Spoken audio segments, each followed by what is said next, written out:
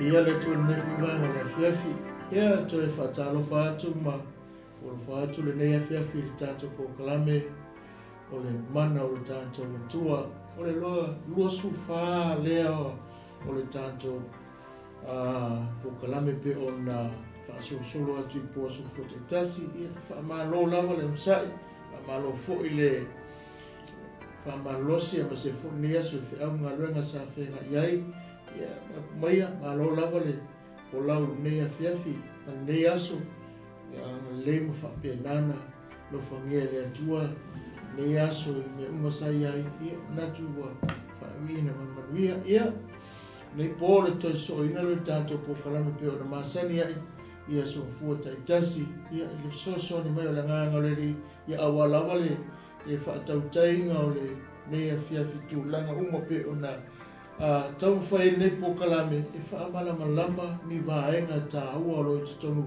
ina ia maua peso tātou malama maanga. E nei la fiafi ia, tala elo loto ma whaatanga langa ngoleli, ia penana so ni atu, moli atu se wha malosi, ia walawa, lo soifua whalenganga, ia ma wha mania fo ia tua nei fiafi, ono Yesu. Ia vi ia le tua whaftai le, lo famalanga le o le tua o whainta tu i maua le nei afi to fi le mo o le asoma fua e pe ona iai whapopongo tātou po kalame masani ai o le mana o le tua ma lo soi fua ma lo foi langi mai to sumai whawhengainga tua au na le tua tino ke riso ia woma paanga masani e nei po kalame e mai se foi tātou TV o le Global Kingdom TV worldwide po fia lava meo e mau mea tātou whasalonga ia mā te whata lofa atu i ni swafa man malo Yesu. Malo, so i fua malo le sa, ia se tātou stalo, ia lo mātou tamai o le langi e ona, le malo si malawa, o mātou toi o mai le nea whewhaftai le awa noa, e ma se fua i lau tenta inga le lei, i le nei aso si a, o mai lava le nea fiafi, o moli le viinga, mani whamanu, mani whaftai. Matu sao ne mo mori le whiau ma whapenana whai pēr ma whamanatu i le si umanga o le mātou wola o le ilalanga nei o lau upu e le foifua. Mātou whaatonga e lau fio le ona le whiau. Whapenana te tala e loto ma whinangalo. Ai maise paanga o le nei ala ata le Global Kingdom TV lunga le Facebook. Ai maise le ia YouTube channel. Ia maota malau ma so se tāwha le lolani. Ia umwhai o na mau mai nei po kalam te talo ia whapenana e whamanuia la o fio i o tangata i o lato loto ia maua lava le malama maanga ma le malosi whaleanganga e mawhai e mato ona o ia lau ona whatonu po kalam ia nei mea umavi ia lau fio mai anei po kalam e tu maulavi inga i lau fio ono Yesu amen amen ia nei fiafi malo mo toi whaatarofa mo whaftai atuai i lau te talo ia mo whanea wanoa toi mafuta i mo peanga ngaro le epe o na tātou mafuta i lungo le tātou wala hata. Halleluja. O le nei la fiafi, o le la tātou toi o so o tātou mta upu, pea o ngata me lava ia so. Tau whai lava tau wha uma, ia e le ma whai lava o wha pena ana au mai e le atua e wha manatu pea. Iai ni vaenga tā ua, e fwoi ni vaenga le lei, e au ina ai lo uola, ma lo ufoi, tau ma whai atu i le atua malona whinangalo ia e maisero tātou ngā duenga whauwhatasi. E la wala se waanga le nei pōro e maua mai nei whasale lango te tala i wholo loto. E mea i vaenga mātou te whia tala noa le pōro, ne tolu ani vaenga o lo mafio o iai, e tolu fwoni tanganta lo o mai i le nei pō e whapena ana whai ma whamanatu i lo tātou o langa wha tua. O tangata ne tōtoro, o tangata na whaonga e le atua. Ai tātou mata i ni whetuu na tupu tonu o langa o nei tangata. Na matua mata utia ni mena o iai. Male pule, male lenga le whionga a le atua sa awe ei. E tusa ma mena tupu mata tu tiro, e se ale mafuanga.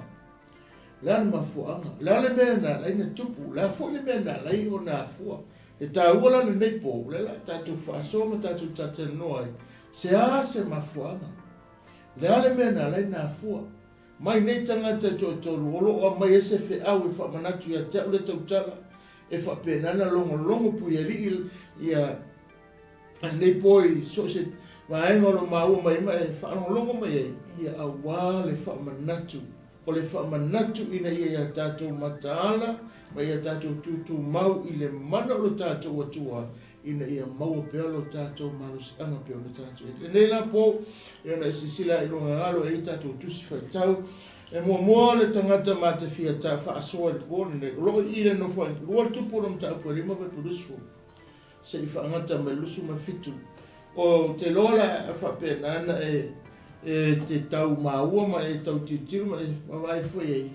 Le asa mea mua mai i le tala le le mea tupu ma le mafuanga na o i le tangata po le afo i le mena le na afo a le manaya o le finangalo tu pito le tua ina ia maua ina ia hawa mai pe manongi o le tala le e mumori atua se fe au ina ia maua se malus anga mo tātou tangata i le atua mo lona finangalo mo tupu a lua tupu lam tapu ni fe purusu se o lufu fe tātou whaitau mai iwa mori ia. Ona whapele o ki asi le au au na elisei e tangata o le tua.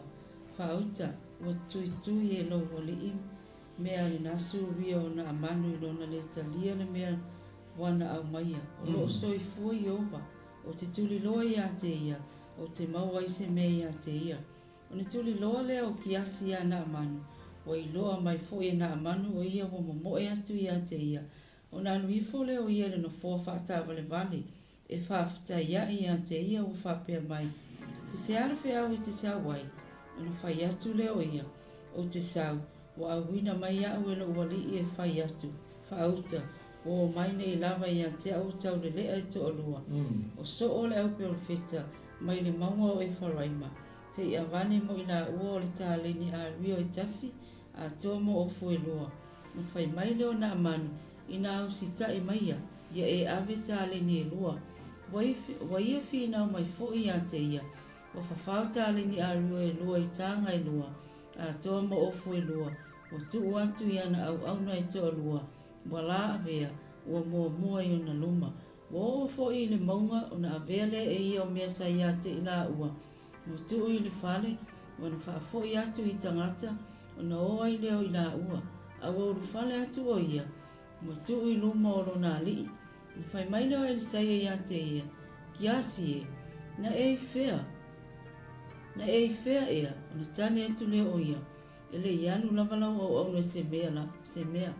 O na whai mai e leo o ia i a te ia, lua te le io ea mala uloto, ina oto e fōi mai ni tangata na ilona no fōwhata vale vale, e 𝚜𝚑𝚎𝚎𝚑𝚜 i a te oe.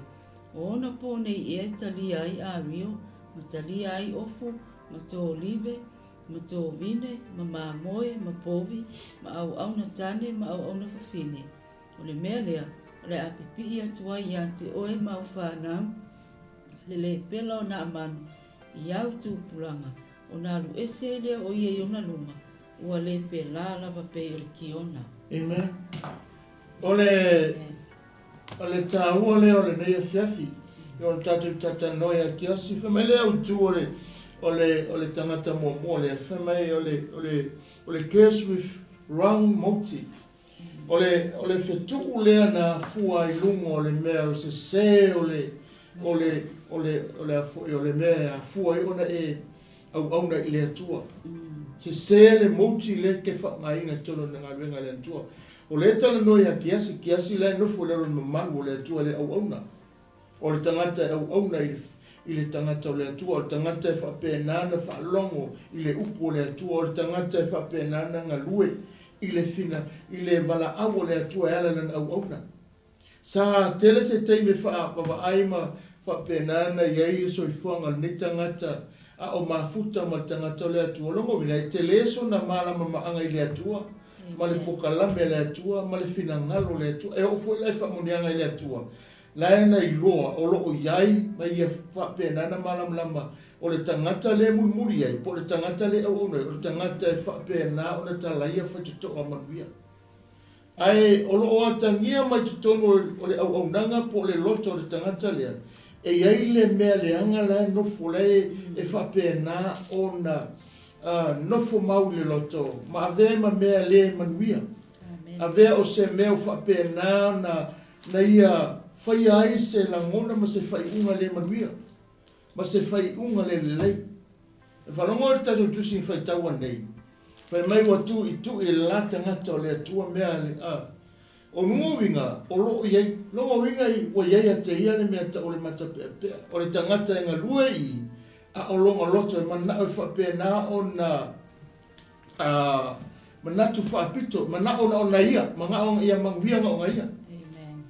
E mana o longa manatu le ia mauanga o ia i le mele, ia manguianga o ia le mele, e aluat.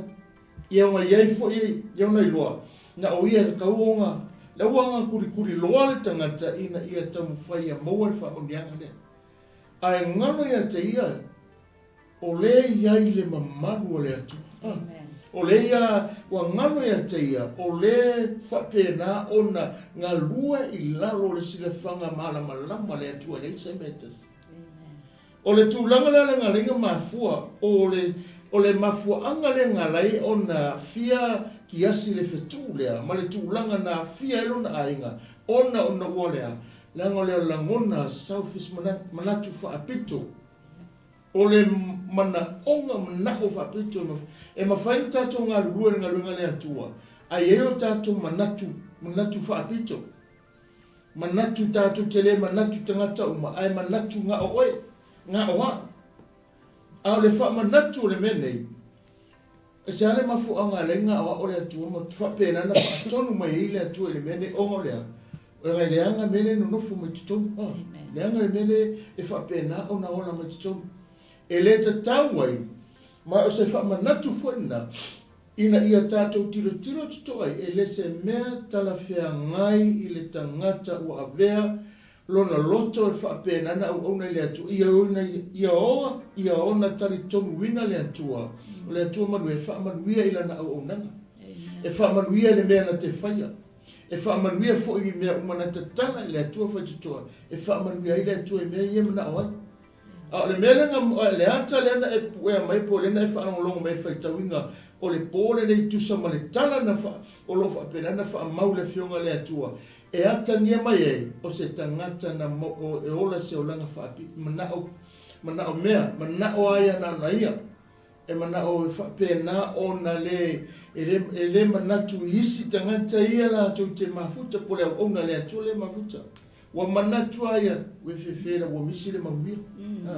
Wa mawhape e, mai maue, wa mai maupe nginga. Lea nga hiku nga koe ea, whaase se ina, o nga ole langona le tutonu.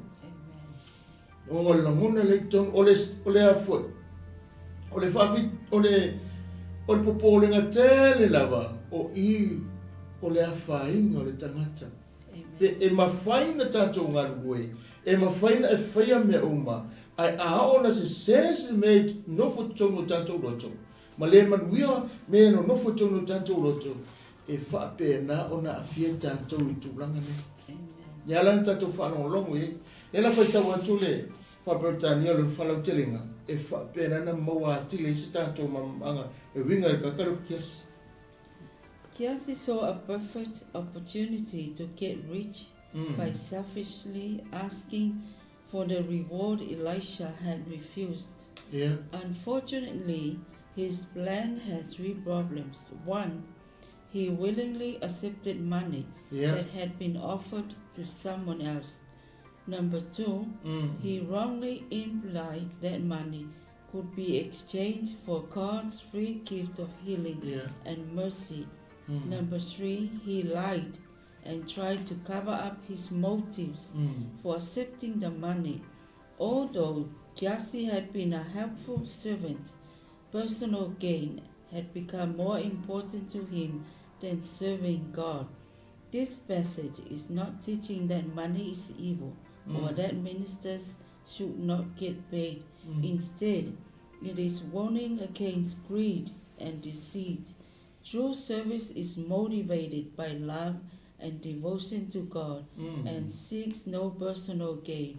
As you serve God, check your motives. You can't serve both God and money. Amen. Mateo. Mateo.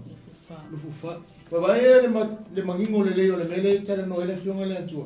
E matua o le tangata o le atua le ngafaya. Ele fai se tuton. Ai afa pe o se tia kono po se tangata lo tutu o fefeo nga lue a o le moti lea. Leo e whanonga mai le pole nei. Leo e taupu e mai le winga le mafuanga. O kiasi lona mafofau le. Wangaro ia tea. Le atua o manuia lea. Leo ana tupua a e agu e tutulua. Me momoa o lea. Tupe. Manga o le tupe. Wa mangatu le tupe. Wa manao le tupe. Mata pea le rolanga. Le manuia ma ile mea le tutolo le loto. Wanau makoe. O le free kifle le atua na mai. O le whamalolonga le atua. Le se taunga abe le atua ilana wauna e whaie. Ma le loto atoa ma le ngai loa e saia. E kokongi le atua lang tangata tusa ma le whamonianga le atua le au nanga ma le ngaruenga. A veki asi ma whamanatu ia te tātou le mena. Amen. Praise the Lord. O te tau atu le tātou matau puli le whaenga o le awhiawhi le uri tāla e peona whamitala atu e le tama. O le whetu ma le whamala ia e ala i lou selfishness o lo manatu whaapito ana o oi. Pela ona i whataita ingai i nisi nei o tangata o le tala le leia ke riso. O se whataita inga le leia lea mo tātou. E ave i eila tātou wa ainga ma tau lai i eila tātou tilo. I mea na tutupu i nei tangata. A ma futa ma whaola. E whaifo i ma whataita inga o la tātou ola au auna. Ma la tātou tau tua i le atua. Wai mone le opo le atua le ia sisi ngalu e fua. Peitai e o lo tangata i le manatu le o le manatu whaapito. Ma le sese o le motive a lainga ngalu e mo le atua. E le ai sisi ngalu e fua i lumo le atua. Ai a whaamanuia mai le atua. E sili aku mea nga e expecting ai ke maua. Ngai manui o le atua e sauni le atua. E whaamanuia i a te oe. O le ala unga lue, o le ala utu i tua o le whaife au. O le ala lau tautua i ngā lue ngā le atua. I so se vaenga o le ngā lue ngā le atua. Tali tonu le loto. O tātou umau o tali tonu le upo le atua. E le ai sisi ngā lue fua. Ai a o fua ina na whai e le atua se me le lei i lau loto. I le tangata le na mana o mia soani. Ma iei le langona pesa mai pula. A malia le loto tangata i le mea na whai e le atua i a te ia. E ala i le whaamalo longa a le atua e ala i lana au auna. E ave le tangata na ngai le mea sili. E le avasi mea second hand po sitama i mea. He or she take the best from her. E ave i alanga best i le tangata o le atua. Ona o le atua. Me fai la le atatu talanoa. I se whaataita inga o tangata neri o kiasi. Na muli tua o le au na le atua. Lona winga. Na muli amalona mauti. E fia whai mea. Peitai. Tātou whanonglongo pia tātou porkalame neipo. Ma tātou whaanga solo pia. I mea na tū lai mai. Ma whapena na whainai. Ma le onga le otina o fo i nei au na. Ai sanga lua i tua ma wa ai i lai au na o Elisaia le matau tia o le whaanga ina i le atua o Elisaia. Lona winga, a wā o le mea moni a whapea tātou te muli ma o muli ai le leile motive. E saola ka motive ma ka ke le manatu whaapito na o ita. E sili atu mea ka ke whaia i lo le tangata le na ta muli ai. Amene. Pe whela le whataita ingo e lia mai sai e stala tala tamai. Ina uawe ese le atua e lia. Na sili atu mea na whai e le tamao loa e le sai. Lana sa muli ai tuola na au na. Pe taina ua o mai te taimeo e le sai ya. Muli ki as. Ia ona whale tonu ai role ina ole. Ole mtau. Amen. Ole matangofie ole nefiafi. O le kauki mata mafuanga le ina tupu.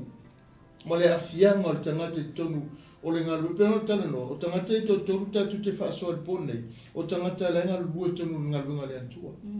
Ma le la tu te lufi ina ma ngalu bue ma la tu whapena o na tutu i le ngalu le antua. E au na ilalo au na le antua. Ma le wala au o le atua. Le ala i tangata mua le. O le to tonu i, a o le mafofawa atua, o le tilo le me, wa ngalo ia te ia, o le atua penga whaalongo i me ia tolu na tau wha lau atu. O le memo mua, le tala no, o le loto nau, leanga o le mouti, o le memo mua, o le se o le mouti leko kongo le loko kamalo, le tangata lea. O le mero na lua, o le selfish. Ma le mero to pepelo kele. O la se o langa pepelo. Le tau sao, le wha maoni. E tusa malana au nanga i tutono o le ngaluenga ma le wha moe o le atua le ngalua iai e manuia. A o lona wha labilabe, e esa le mele na whai. A ere le taime le tau talanga le tangata le atua, ki asi fesa ia. Na e alo wha mai, na lua o wha tasi malo wa nganga, malo loto. O le fina ngalo le asila le atua le se me lilo. Le ala e mafuaanga lea na iai en fetu le fe mai o le pela fo inga iai o ia na manu o le a le pela i oi le ngata e te a o lo a inga longa koru fe mai e au ngā tupula ngā le malaia le na o le matua popole o le popole ngā tele le na o le popole ngā tele na i le ngaluenga i le tātou au nanga ma le tā ua o le tātou te titilo toa. Wai mawhai o na tātou a whainga i tutono ngalu. A le lawa le mawhainga e tala noma e whaise whainga. A ngano i ante oi, o lai si sila le atua, o le alu le tangata lea, a e whape nana mai le atua le whaalinga, o le mata pea, lai maka kiwi, i sa ia le, rai ki kilo ko lai alu, ka lo whai. Alu malonga loto, alu le whainga lenga whai, umanga mai ofu, umanga mai awia, umanga mai auru alu e whai anga ngai. Saulenga ngai tonu longa whai, wa ile mea tupu tangata, selfish. Wrong motive. Ma le ona pepelo le fe, na sa wa i. Kiri yalo se mea. Sa lo matainga o ngofua o ka whaka, whaka fe mai o le ke aru ale muli atu lo ulotu. Ai foi la Wa o ka taunga i loa te malo kiasi. O longa leader le, o longa master, o longa tai. Even his master wa pepelo ia. O ngai e se sele muli. E se sele motive. His motivation e muli e te malo le. Ma kua se ia. Malama lo le futanga ta wha lea nganga. O ko se le vanga muli kiasi ai o le timo ala e ngau The fact that all these things were mentioned in the curse upon Kiasi indicates that he coveted them and perhaps had a plan whereby he would use some of the money to buy olive yards, vineyards, sheep, oxen, and servants. Ele mouti le kamalo, nga e kele kupe, nga kele mamoi, nga kele yanga me, ko nga vingi, so o nga fauna, au le mafo faula yai, ale fight to pena ventu, o me e fa pena na fa mania ile tu pe a fai e le leile mouti le ka ku kenga ro ai, e fa pena na fa mania ile tu. Ai ase se lo le me ko ke fai o le unga le i o ta to pe fai e ko ke fai e la langa o le pe la ka ko nga wa ele fe tu o ta to o langa asa ina o ta to le fa maoni le life ama e ki asi le po ne o ta to mo hole se to li liu le to fa ma to silo ma ile so fu au na ma ta to ta pe nanga to o le ngalwenga le to ile lau o nanga o lau commitment o lau fa pe nana fa ta waina o le a me ta una fai ale amai se to fai tau tasi mai pa o le mangingo ia waina me sai le loto tangata. The fact that all these things were mentioned in the curse upon Kiasi indicates that he coveted them and perhaps had a plan whereby he would use some of the money to buy olive yards, vineyards, sheep, oxen, and servants. O ka se mafofau o tangata ngā aluma i e whapea ngā mafofau. Ai ke ronga mea ma ang whapea sa o le mea ngai le loto tangata. E whaapea ngā ka penga i le atua whataurua i le atua se mea le mea ngai longa loto. A ronga whanau o ka se le wari ani mai le mauti le anga le saitutonu. Le awa koe ka moe a le mea sininga le anga e mo moe. A le fwe muni a kulu loto le ngau. Se I kufa pe I ave le mea masto ina langa le lai maki ngā lue. So le ave I ki nganga le whamau a la waru pe ave. A wangi ngā le atu e ana niem sa whai. O le mea na ofo I le atua e le I whaia si tangata. Na toe o mai ai o lale ingoa iei. Nga he ta oto e ngā le te sila sila ma e pai taua. E le tau ngofi. O le mea te whaia I luma ia whapenana e whaia I luma ma le ato atoa mea te iloa te tau na whai. Awa te whaia awane o whaia se mea e iloa au iloa oe e le te tau na e whai wai le mwhaina e nga e whaia pe a whaia te iloa e le o ato atoa lo tātou siusi o manga whaato atua. Ma le whapenana e iloa ia whai mea uma I le hawa. I luma le atua. Lela ama e ki asi le pōt nei, e toi whamanatu pene me nei, ina ia tātou mata manino. Awane o tātou whatalelei me pa ia. Awane o tātou whatamala le wala au. Awa fōine e whapēnana e tūtū mamau I le au na lai te ngalue, ma lau au nanga le mea le wala awai oi le atua tono ngā luenga. Lana ngā luenga pete a o pete ti a kono pete, kai au langongo po le alawa le mea le te wala awai oi le atua. Awana ingara ia te oi. E se sero le mouti ka ke whai e se mea. Tātou roro ka ko o akure. I le pa uma ma le whale tongo tātou roro. A whai mea uma ma le loto fia. Le alawa me ke whaia, le mea kausan me le whai au. O lau tāpenanga tongo le whale. O lau tāpenanga le whata. O lau serving o le tangata lai te rua tua oi. Whai ngā mea uma vi I aile I whai mai. E ngā rue mea uma au. E whapena vi ele. Ai whaino se mea se mouti le lei. E leia se mea se, e lei se mea tu mau se mea mouti le anga le tonu. Po le alawa le mea ke whaia e se se le mouti ka watu asa mo e pone. A whaina tupu ia kiasi, e tupu umala le mwhai esa. Le anga leo se tangata le whaia, o lai whai I ngā I le atua. Lai whai anga I le atua. Tātou tala no pēr, kākara pēr le wingo le upu le mouti. Nā ngai. E a whalau tele lona winga. E whaisina lo roto. A o le tātou te tala noa ai mea I o whitu whamalaia. Amene. Ona o le tā ua o mea I e koro whai mai ele whapalai. Ina me mo mona I whai mai. He willing accepted money that had been offered to someone else. Ngā walonga loko. Ia karia le kupe. Le mea lofa. Le mea lofa. Ia kalia le mea lofa. Not knowing. Ele I lor ka malo ki asi. O mea uma e maua. E lona matai. Malona tai. O ia palasi e le whamanianga lea.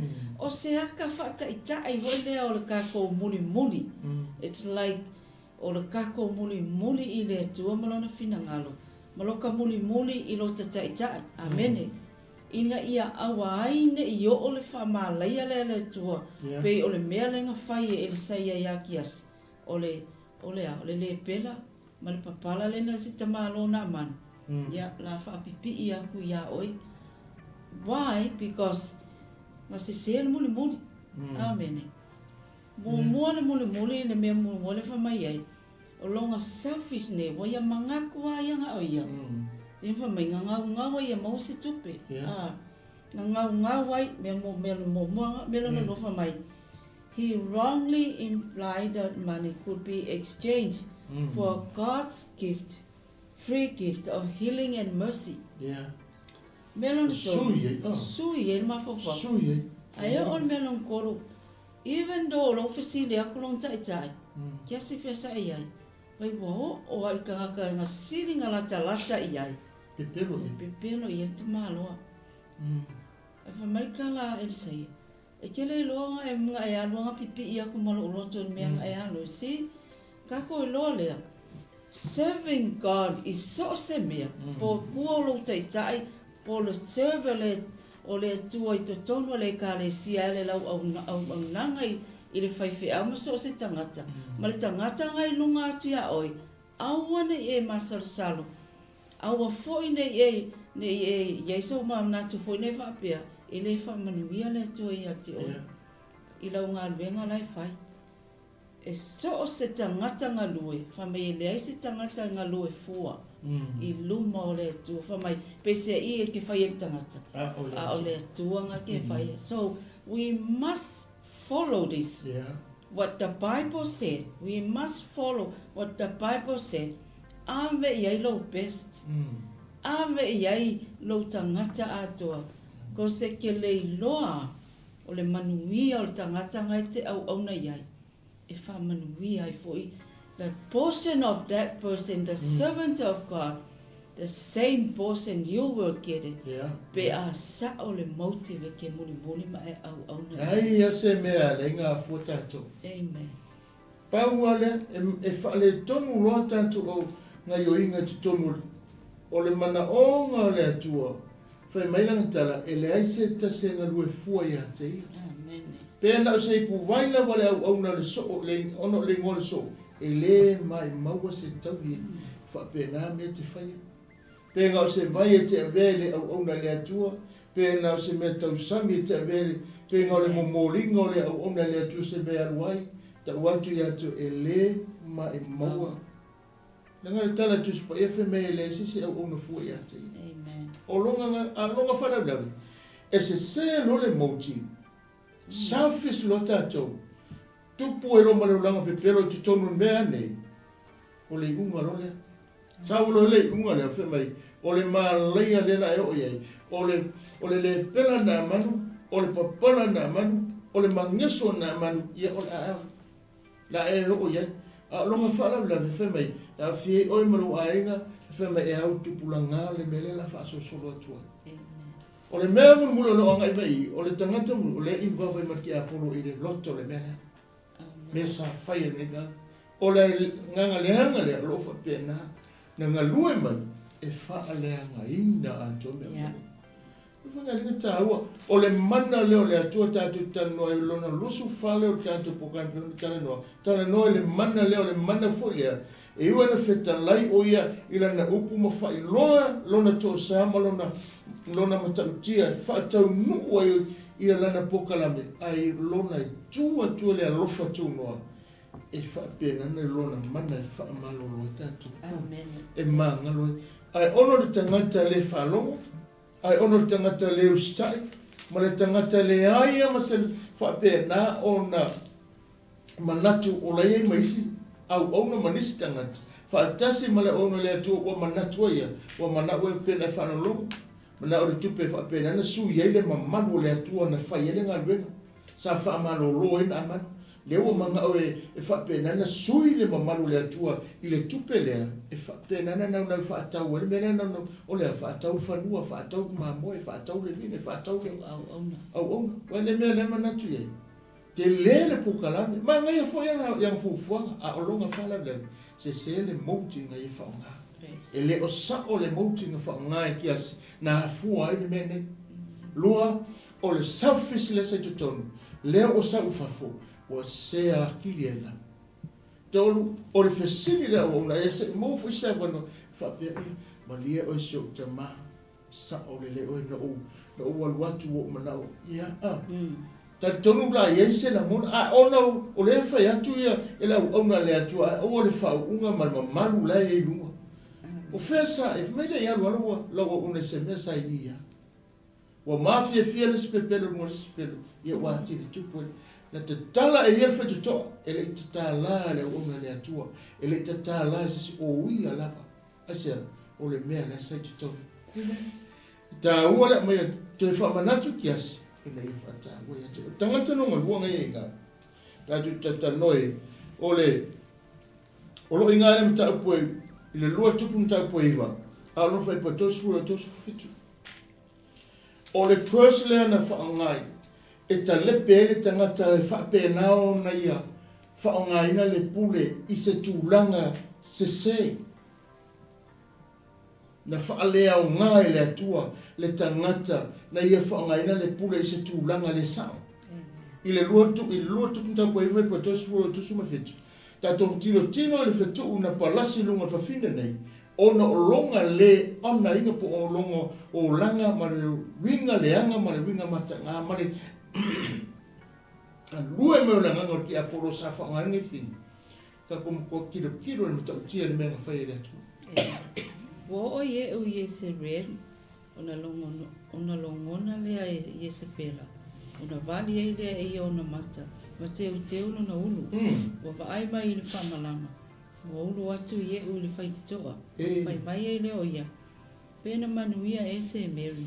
O le ena whasioti i lo nā li. Ona tepa e ai lea o ia i le whamalama o whape atu. Wai ea e au ia te au. Wai ea au ia te au. Po o ai. Ona vaai mai ei lea ia te ia o na sile e te olu o pe te olu. Ona whai atu ai lea o ia. Ia o tau lafo ifo ia te ia. Ona lato lafo ifo ai lea ia te ia. Ua pisia fo i le pā ma sol whanua i lona toto. Ona soli ai lea o ia te ia. Ua ulu whale atu o ia. Ua ai fo i mainu. Ona whai atu ai lea. Ina asi ia i nafa fine malaia. Matanu ia te ia. Awa o ia o le afa fine o le tupu. Ona lato o ai lea tanu ia te ia. Wana olo na ulu po'o, mauna tapu vai, mauna tapu lima, na lato maua. Ona lato foi mai ai lea. Wa tau mai ia te ia. Ona whai atu ai lea o ia. O le awhionga a Iova lea. Na wheta lai mai ai nana au auna o e lia le tisepi. E whapea mai. E aina e uli le tino o ye se pela i le whanua o ye se rielu. E iai fo le tino o ye se pela. I lunga o le lau ele le whanua o ye se rielu. E pei o ota la tau te le whapea ne foi. O ye se pela le na. Amen. Ka kiro i ai le. Ka kiro i ai le mele tala no e pone. O le whetu o le atua lungo le tangata na te whao ngā se inga le pule. Amen. Le nganga i sa pela, le nganga ki a polo, le nganga o whao ngā inga ngā te matua, ulinga i le loto tangata na matua i tinga i le atua. Matu o le whetu le matua mtapu mo lua tuku mtapu mo mowhai purua tasiwe, mtapu lua tasiwe purua tasolo tale noa. Whamanatua. Ina ua whai apoma ni sa pela le mea se ai whau al whawhine ne whau al whawhine o whawhine na i le anga leanga o whawhine na i le pule leanga ele se pule a mea tonu le se manatu le lei o ina matua tu o ile atua i lona atua sa ma whai loa i ai le unga e ola hara tangata lea i lunga le lau ele matala i le tino le tangata lea. Amen. Praise the Lord. From my father, Jezebel's school, feet and hands were all that remained of her evil life. No power, no money, no prestige, no royal finery, no family, no spiritual heritage. In the end, her life of luxury and treachery amounted to nothing. Power, health, and wealth may make you feel as if you can live forever. But death strips everyone of all external security. This time to set your life's course is now, while you still have time and before your heart becomes hardened. The end will come soon. Yeah. O le unga ngai o mai a tātou pe a whai. Pe a whai tātou te whaia se mea. O le whai lumo o le mea sirina leanga. O le whai lumo fufonga o le ali. Amen. A le tangata whai manamlama i le whina ngalo o le atua. O le na wha upu whai matupu i sawa elu. E wha pe nana nofo i le whina ngalo o le atua. Le na wha atino ai. A le mea sirina o ona ma le fia o le atua. Ma le manuia le anga o ye. Le na matua tupu tino le mene. Amen. Whamani tala le wingo le upule le kako whaitau le whaikau ngi whapara. Awani e verta mau a inga ma le whaila fio mea. E whape nā o na o tō singa i o tātou o langa pere whakaika inga lenga whai e whingi o ia se pela ma le oti le nga o iai. Nga o le tapulima o le kapu vai. Ma le simele na maua.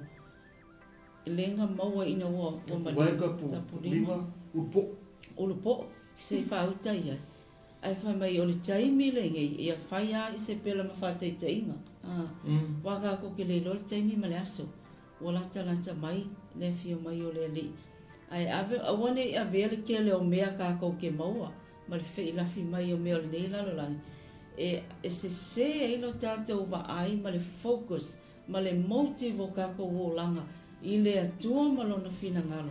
A ia tākou kau lai pia I le mea wa o ina ai tātou, ma kako ku mawai. Ai awane I whai pia o le mea nina mawai tom fingi leo Isabela. O le onga tele o le ngai o inga ma mea na whai e le tangata lea. Whaonga ina o le pule. O le pule le te tau o na ia whaonga ina. O le whau leanga I le pule ma le mea na whaatulanga I le atua te tau na whai e manuia na tofela o te tau na whai. Ai mulmuri ane e ese le mea ua whaapena na whaatino ina. E tusa ma le bala au I lau. Le ana o ia I le folanga le atua. I le tūlanga e o ia ia sapela. Ma le mea e o ia apo. I le lualanga no whai ngā tupu. O leana toi whaamanatu I eu. O le tūlanga lewa taunu I le mele. Lewa whaataunu ai. Wai le wawe. Pa umea e lunga. Ka kia pisia le whai mai. O koe wa aipo wa. Ai au kunga. O le ise mea. Koe ar kimpo o. Ka purima ka puwai uma. O mai na fetalai. O fetalai ia I le atua. E le ai se tangata I le lalolangi le nei. Na te whapena o na tua tu le pule au e pule. Amen. O le atua le na. Ma le fina ngalo o le atua e tusa. Ma le whaalinga pe o na iai. Ina ia whapena na I loa tangata. E le ai se si rumatu pe tua mai. Te lole me sina ti ngale atua o tangata le whapena na wala au e whailong fina. Ai le usta. Amen. Ai le whaalongo. Ai nofo masui. Te lona me sininga lenga, o le tangata ua wala au le atua e o me whapena, o na wha a wala mai fina ngalo le whaatau nulo na pokalame. Ai o mai iele o le pokalame le atua. Ai tatale la ua le leanga e whaaleanga ina i le mea, le mea leme na o le atua I a manuia. Amen. Langa o le tasi nei tupu onga mena I whaina to o sa I le atua, tusa ma mena I whaia. Ta tala mai o atua I o pa ala whapena na whai ma atua o sara e. O ifo I tupua. Leisi se whakusa inga le atua. Amen. Ara le mena ui. Kau kia le oki. Wawaila le mena ui. Wawaila mo tangata na te whaia le pule. Loke ina le pule lea. Ma ia whaia le mea le te tauna o iei langa pule. O le whautua leanga. O le whau leanga. O le tautala I leanga, e le tautala I se mele lei. E leanga uma me sawa. Lela wa sili atu le leanga wa tuwa I le atua na kursa I le atua tangata le. Kursa I le malepe. A ole tu loa le ngana, kursa I le malepe. Ai malepe fua, ole ai utoia le kipo, tapu vai ka purima umaro. Makau kia. Ele ni tala fa ngongo ni tala tatu te fa soa ina nipo. Oni manatu e fa pena na tatu ta pena. Ele te tau se tangata. Olo fa pena ne te tonu fa tino ina le fina ngalo le atua ai fai e te tonu ini tūlanga le manuia. E tūlanga le. E mawhai na so e fuma e ola taimine. A ole unga ia. Pe a whai wa tātou le whaalongo se o le aso te oti mo oti ai. O le unga la. O le unga piko sini nga le fia whaalongo le unga. Ma le tātou te le fia wa ai le unga. Le unga la le finge le. So se tangata na te fua ua le pula le atua I se mea. So se tangata na te suia le pula le atua I se mea ua uma le fina ngalo le atua. So se tangata na te suia le pokalame le atua I le mea ua fina ngalo I o I e whai. E le manuia se mea na te whai. A ole I unga le. A ole maalaia le. Ena e whanonga le pōne. Lena e whaanongo le tau whai tau ma tau wha penana mori atu. Winga ia na whai. Winga ia na whai. I le wha peo tāne. Pe ona tala noe le whiawhina nei. E te wha manatu a tili. E lea i le kakaunga kako. For my Jezebel school, feet and hands were all that remain of her evil power, of her evil life. Longa o langa leanga. Ewa e le involved kia po longa o langa lea wha kia po. No power, no money, no prestige, no royal family, no family, no status. Lea se singa whakangi se runga le oki. Lea se singa whapenganga mai ma se ia se ia mumuria. Le ai foi se singa pese se pese. Le ai foi se singa whapenganga whaalolongia le tua i mai esa. O le ata leo tangata ua whaamalaia ina. O le malaia ona ua aia i le pule le atua. Malaia ona ua whapena ona o i le mele te tauna o iai. Te lo le mele a ringa whapena na tātou whaitete. Le mele nei o lo tātou whai o mele talawhenga i luma fufonga o lo tātou tama. O mewa umana tukumata manga i ngaka i le tangata malana. A ua o iai. O le unga tātou te. O lo fa manatu male ya tātou. Lani me mafuai. Ai ala fai tau le lua tupu mtau po ruta si se whapenana e tilo i mea umana whapenana tinga i le atua ma tua i lo le atua le fitu le. Lea o tau ngu i le lua no whainga tu. Ma whaamanatu ai. I lunga i le neia. O le whaamanatu ia te tātou e so i fuma ola mai temi nei. E tātou o na tātou roa e le kakaunga kaku. Whai ese mea e au noa ma le mea ua fitu o tātou ele o le nā. Ele se mea tātou te whai. Ele se mea ia e kau ke mai whai. Ele se mea whapenana o ele tātou pule. O le mea ngata tātou. Whai o le mea laua tu o ele atu e lana lava pule ele kakaunga whaia. Ele le tangata ele ono o iei. Ia na pena whai atu. Te le a tangata o iei a mea. O tangata ele o i pe tātou Samoa. Mai pe Samoa whai whatatai. O le suafa matai le kaunga o iei. E le kakaunga o iei. O suri ma mea umai o umana tukuta manga. Ma tuku fwai e tua ana lātou. A sār ma su o le ainga ia manuia ma ia. Lātou whata otu sa la fwole lei. Ai o mai ki tau tau fuko e sui. Sui ngā wha mea le lewa ai o mak. Tau se tala tau whaala talata. Le winga le mea na whai. Lengai o ona ma le lei le mea na whai le whina nei. Ai masa apu. Na o ala mea nei. Ona o le lei. Ai te lo, ele manga ia, e iwa e ona o ngā whetu o tangata nei no o iei. Ai te lo, manga ia le kalanga i ngā le tusia karatea mta upe tolu ngai whamatala i ngā. Le winga le whapenana whaatau eke viso, ma le sau, ma le hoko mai o le tala le lei, e tusa ma le whina ngalo o le atua i le la rola. Amen. O le alama le mea o tupu tangata. Ai, ma whai le maliu le nā. I le taimini nei mo tātou iei. Ai a whape whama a peta ngata ma whai le mele, o le umala, a mai a se pela whamanatu. E le ta tauna o tautala, i se mea le o iai lau, malos, lau pule, lau whai unga ngata i e le o i o. Amen. Ai a whai lau whape nana tātou sopo atu, le tusa ma le whina, ngano le atua le mea kaunga o iai, ka ko maka lola le umala o mai. E le whaavavau na whinau le tangata ma le ngano le atua. Ua whaua na asa tangata. A o le whetalainga mana polo misi mana fofulanga mana mea watu ele upu awa roi ngā. Watu wa i ngā le whailonga ta hauwhi sta lava awa.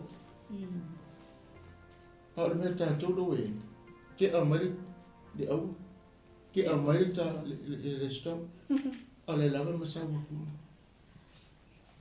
kasi te lele fai te o ia inga matulanga ta u matulanga te e au lava ona tatu te o winga te tauna tatu wa vai o le mai o tangata ne kiasi le mai o ngale selfish wrong le anga le motive le tutu se olanga pepelo ma le olanga le lei A whai o le tātou te awhia tātou lea to inga tūlanga wapea. E ono awhia I tātou ingi awhianga le ma whai o na whai ai se tonga whiti. Ka kaunga ka whai se whai ngā le taimini. Amen. Le whaua mai a se pera le mafuanga ma lepe tūlau na ma lepe nunga lau lele. La ia sisi ngā kangi e, la ia sisi ngā whapea ngā o ngā lofa i. Le ia hafo ia sisi ngā se isau whapea whanoa noa lawa ino maua tala. Tālo whai. Tālo whai si tina, tālo whai si nei tina. Au te le lopo a tala na o nā teime, ai o se whiawhianga tele na o nā teime sea. Langa leisi se le I o iei, le longo a o tala o tangata. Whai whia, whai mo whongo le tua. E la langa iwa ie, e le ai se tasi, ngā I uala, maua mai. La kuia asi po le ama si lomo kua. Po le ale me o iai. E le mea whai ma tau tia. O le ma tau tia o le whetu nga awe iai. E lapu ka kai asi. Ko e la kimpo ka kuwai ka purima. Umalo. Le mea na whai. Whai a ile le ai o se mea. Whai a matua le ai ama se mea whapenana to iai sisi. Whai ngai whai. Whai uma mo turo ina. Le ai se whamanatuina, le ai se pesenga, le ai se morimau, le ai se meta singa whaia. E titilo le se mo whapea. E mo whapea. O le ata wa aia me o le ofōringa. Ofōringa wa aia ia me o le tangata whapea nā o le tutupu mai whetu. A halu rau fo ia tono tūlanga peo nei. A halu ai lei loa se tangata. Tilo tātou e se mo lei loa. Le maua. Le ai ma se fiwa so po feme la lei loa. Alu le sami lei lopo le anu mafu anga po ame o tupu fiwa so. Tātou tilo pea. Amen. Aha ona o ona se mea. I le loto tangata. Iwene au auna le atua. Po o maa atua. Po o te tonu le po o te tono le ngā ruenga le atua. Ai whai oi masasa na I loro laia. A whai ai alu ai e le loa mai. Le toi maua, le toi whai loa. Le aise si e pese, le aise se whapenana ua lofa. Ai raku le langi lewa ai fo ia oi. E misi la toa manmanui o le atua. Amen. Ia ia ma whawhingi ne. O le toi whawhangu le nā, ma le toi whamanatu le. O le amai o tangata nei, e toe whai ma whamanatu ia te tātou. Ai o se toe whamanatu tele fo mo ka ko umalawa. O e olo soifua maola. Peitai, e iai ale a wanoa tangata I le sa tauro o ke riso. Pea on tātou tala noa ma whamalo si au foi, ma toe whamanatu, ma toe tala fo I winga ta I tasi o nei mea o fitu whaamalaia. Au lewa tātou o mai I nisi o le awhionga le tua ngā matua I o ngā onga le mea na o iai o na o le whaamalaia le tua I winga ma mea sa lātou whai a peo na iai I ala te tangata mō mole o ki asi. E whai ma whātaita inga ai o se whamanatu tele fo I mō tātou a waine I o tātou o I le nei malai e tele na wā, ma le tua I ngā e o iai, pei tai e iai lava le taimi, e iai fo I lo wawa noa, I le sa tauro ke riso, e pe o na iai le whi au tau mole le tala lei, I le tae au ma le aso, ina ia tātou I lo le o a lava me tū lai mai, it is never too late to go back to the Lord. E le tuai ona e toi fo I le tua, malana whaolatanga. E paua leo lo tātou wā, lo tātou whaolatanga o lo iai, male ala tātou te mawai, le ola male manuia, o le toi salamo, o le salamo ma toi fo I le sātau o kiriso. Amen. Amen. Ole, pei o le winga lea ma le tūlanga pe ona tātou I le nefefi. Ma le whamoe leo le tala le lei ma le tātou mtau pe ona tānoe. E ka ua ke. Amen. Ta ua tele tātou mananama. A whaina tutupu I mea nei tangata. Ma le mau tangata li tono tuspai. Aua mai nei tangata tau si tātou tātou noai. O tangata laela tau te I to tonu o le le si o manga o le alofa tu no le atua, o lai te tonu le pokalame le atua. O ila ta umayei, e le se alufanga o tātou pe a fai na le sao nei tangata. O whela e tu mai tātou pe o talanga tu se whatu. Lo tala no le tu se a pete. Pe a fai la tātou te le, tātou te whata malapea. A fai na le whasauina le atua, whela la atu mai e a tangata whale mata. Lera ile whiwhiri nei ma le tātou pokalame pe o na whamanatu pea, tātou te le rota ea. A whaero tupu pea le ia ngai o inga matulanga pe o na iai. E o ngai e whamanatu le upo le atua. E le whapenana whamatau pe a o le upo e whamanatu ia te oe. O le lofa tu no le atua, e longo longo e tātou. Kauaka koe. E te tau au na tātou te tilo le. Amen. O le tangata nungu tolu. O le tangata le, o le tele i o tala I tangata nei. Whai asi na tele mori mau, ma whaamatalanga I tangata nei. O loo whaapenana tala noa, I le whaalauiloa ina ma le whaamalamalama ina. O le tangata nei e tusa ma le pokalame pe ona iei. O le tangata mori mori, tātou tanoa le pone uta. Mareko no tāpua suma wha. Amen. Mareko no tāpua suma wha.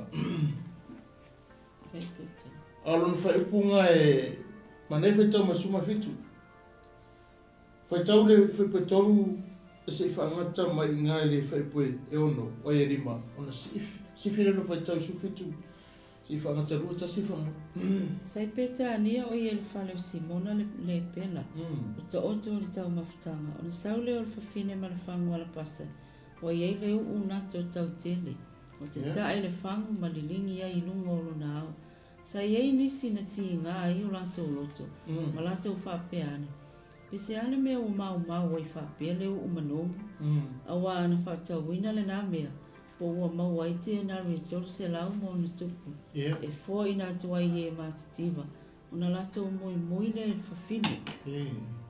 Wo e le fiafi. O na maniwa ni leo o ia. Ma le tau tinoanga. Tinoanga fulu ma le toalua. O lo ta oto I nā tau maa ai. Whetalai tu leo Yesu e moni. Te whai atu I a te oto. O le tasi o oto. O le ai whaatasi nei maa. O ia na te whaalata ina. O na ti ngā leo I lātou wa lātou te tasi mwhapea mai a te ia. O au ea, ua whai mai fo I le tasi. O au ea, o na tali atu leo o ia I a te I lātou. O whapea atu. O le tasi o le toa tino ang fulu ma le toa nua. O le fufui whaatasi nei o maa lima I le tānoa. E anu lava le atali o tangata whapea o na tau sia I a te ia. Au le atali na te whaalata ina le atali o tangata. O I tā lofa I a te ia. E le lei le tangata pe ana le whanau mai o ia. O le lei pe ana le whanau. Tātou mata le o langa ma le tūlanga pe o na tupu I a iuta. O iuta la, o lo te tonu le pokalame a le atua. O le tangata sa ngalue, o le tangata sa tautala le upo le atua, o le tangata sa ieile nganga, sa whaatumu fo I le nganga, o le tangata na whapena na uina atu e whaamalolo, e whapenana ia whaamalolo ina tangata. O le tangata sa whewa I ma le ola. A le tatu te whaalongo le pole nei. Whai mai le tala tuspa ia sa sili pe ana le whana mai. Le tusa ma le tūlanga pe ona iei. Ia le tangata le nei. Ma mea na tupulo na si o manga. Ma le mea na o mai. Ai le o mai. I le mata upu na e suma lua tuse ioane. I le mata upu suma lua tuse ioane. Alon whai pe whai o le ono. O lo whape na bali mai e na. Le winga le anga le nofo te tonu o le tama le. Malona la ngona langa upua o ianga le fua le tala le. Mai mau pe ana pe avele na me whape na whaatau ma.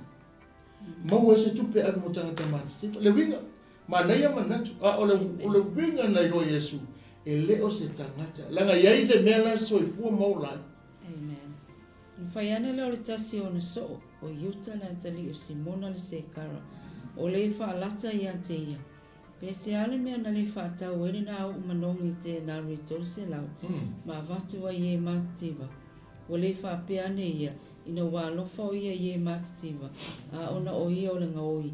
O ia te ia foile ete Mana tau ave mea na whawhao ai. Tātou tilo le mea lai tala no mai ei le whaipulea. Tātou tilo mai ei le mea, o i le tala no mai ei le mea tāpule e sfulua tu se ane. O lo tau whaamatala mai ei le tūlanga o le mea le ei le olanga le nei tama. Amen. O le nei so, po le nei au auna. O le tangata o lai te tonu lea.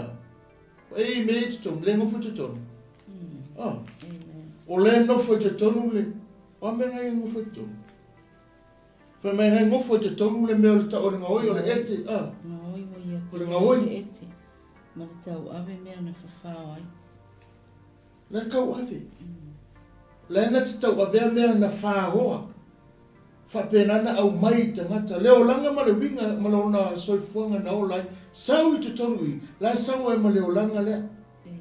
Sau e ma le mata pea pea lea. Sau e ma mea laina te whaia ma le mauti noa. E le pupu se taimi na whaia le tama ne mea I te tonu I. Leo o le taimi patino ma le taimi tāua ma le taimi whapena o na tapena le manuia o le larolangi le nei. Amen. A lewa loa Yesu ke viso. Ma manatu le pōnea.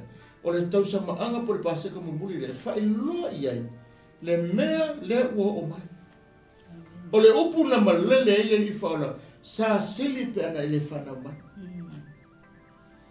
Alaka ko kilo le iai. E whaisinga tele o whamatananga tuspa ia. Tusa ma mea na o I le tangata le nei.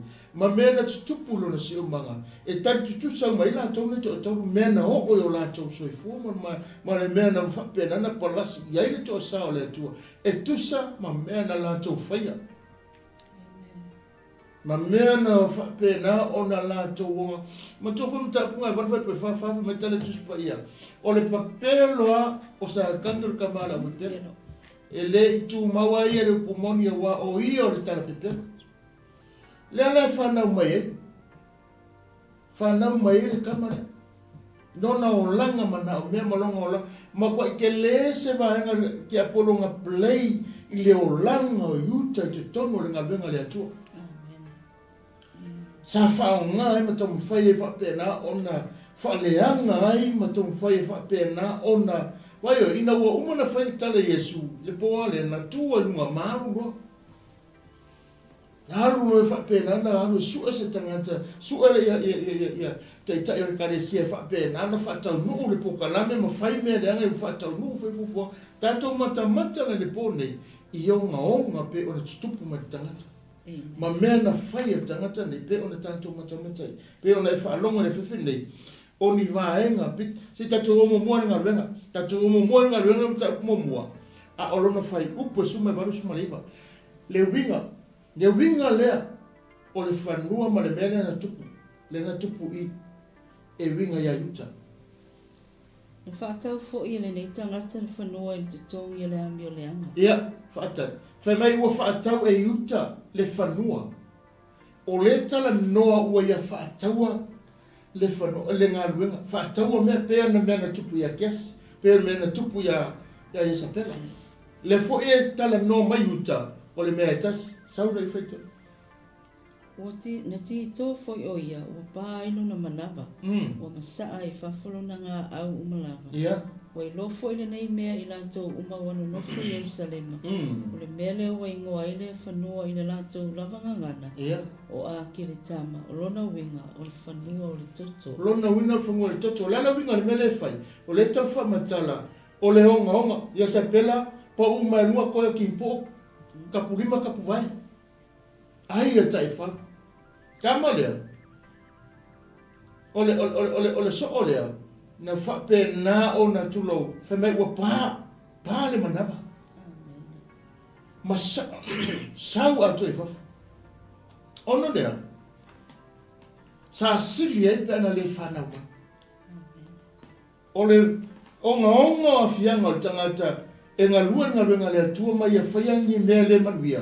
O tūlanga mātama ai e le kau ki mātama tai pōni. La tatou o momoina lima. Whamaine, whapalangi ne ngā ruenga. Whamai. From this, it is clear that Judas had actually obtained part in the ministry that was a saved man but by transgression fell.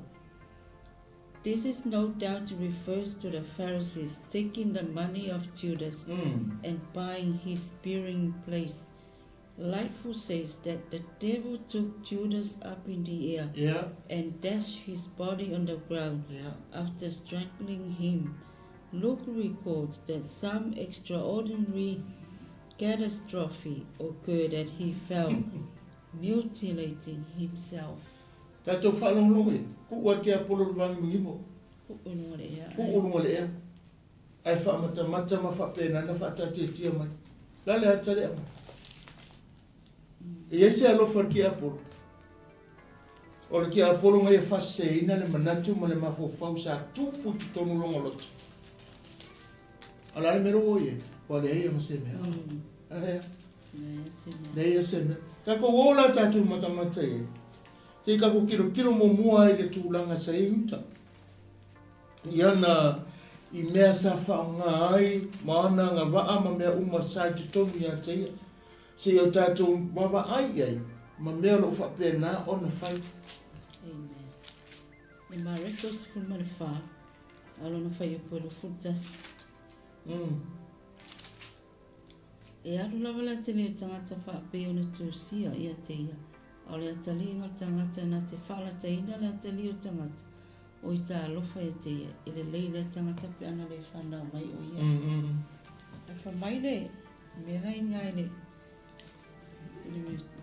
manatu mo for my 18 facts about Judas. No, e tere ni mea e winga i le so nei o Utah. A o iai o ia te tonu ngā luenga manwala au le tua for my number 1. He's an apostle. Yeah. O le memo mua te taunu tatu titilo. O Utah o ia o le apostolo a Yesu. O le memo mua o ia le apostolo. O le mero ngolua. Filled with the Spirit. Whakumu le ngangapa ia. Tolu. A found ship. O ia se tangata whapenganga ia tausia la fumamui. Mawhai o ngai ia tausia la fumamui. Ordained to preach. Le awa noe whapena o na fola ila fionga le atu. He wasn't ordained to heal. Whapena na whaalongo le upo le atua. O le tele o na taimi e whapena. Wale ia wangoa ia mua le tangata. O anga vaasa. O anga vaasa ia te ia. Na mawhai na tautala le upu. Mawhai o na ia te ia le mea lofa wha apostolo. Ta venana ia te ia le mea lofa wha malolo ino mai. Sa ia te ia. Lesa ia te ia fo ia le awa noe tautala i le upo le atua. Mamori mawai pe ona mon maui ala fionga le atu. Endues with power, a successful preacher and healer, a baptizer in water, a possessor of eternal life, a same man and had his name in the book of life. Promise an eternal kingship. First treasurer of the church. Ole olua ia. Te ukupea le kalesia. Ole rua te tupere tono le kalesi te atu titilo i mea sa whaangai. Anga wha sa soifua maola i uta i tono le ngarwena. Malana wala au sa wala au e. Na tilo la ia. Ole fele tupu mai mele. Ole tupu mai tono le ngarwena. Ole rua te tupere tono le kalesia. O ia fu e tangata e whapena o na leno. A familiar friend of Christ. The Hebrew for familiar is shalom, safe, favored, perfect friend. You mind? Ole kanga kapiko sili alenga favor iele le faola. Sala ofatas. Ole tangata fulele e fia social e longa olanga. E fia tala noa I tangata. Sa I loa e whaola ona winga le leina sa ia. Perfect. Would Christ have trusted an enemy? Would God have chosen and ordained an unsaved man to preach and heal? Trusted by Christ.